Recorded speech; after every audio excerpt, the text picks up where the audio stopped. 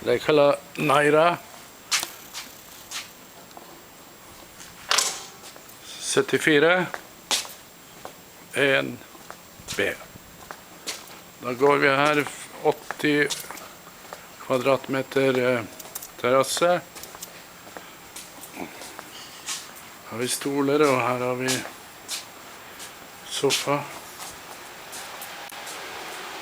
Og så går vi inn i... Nei, men det er jo så rotete, du må jo ha litt system. Her. Skjenk, og så TV har vi, vifte, og så har vi svært skap. Og så er det Hvis du setter det ut, så må du vende sofa. system. Og gjør det. Og så er det bil, kjøleskap og kjøkkenkrok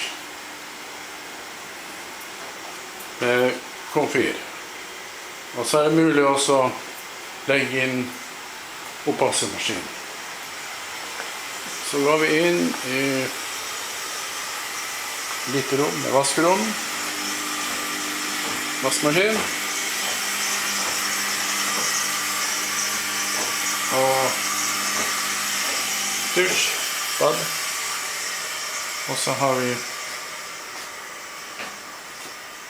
soverom med god plass til klesskap. God plass til klær. Leiligheten er på 40 kvadratmeter.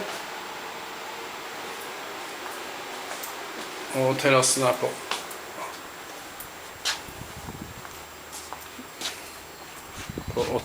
80 kvadratmeter. Så her kan vi slå opp telt.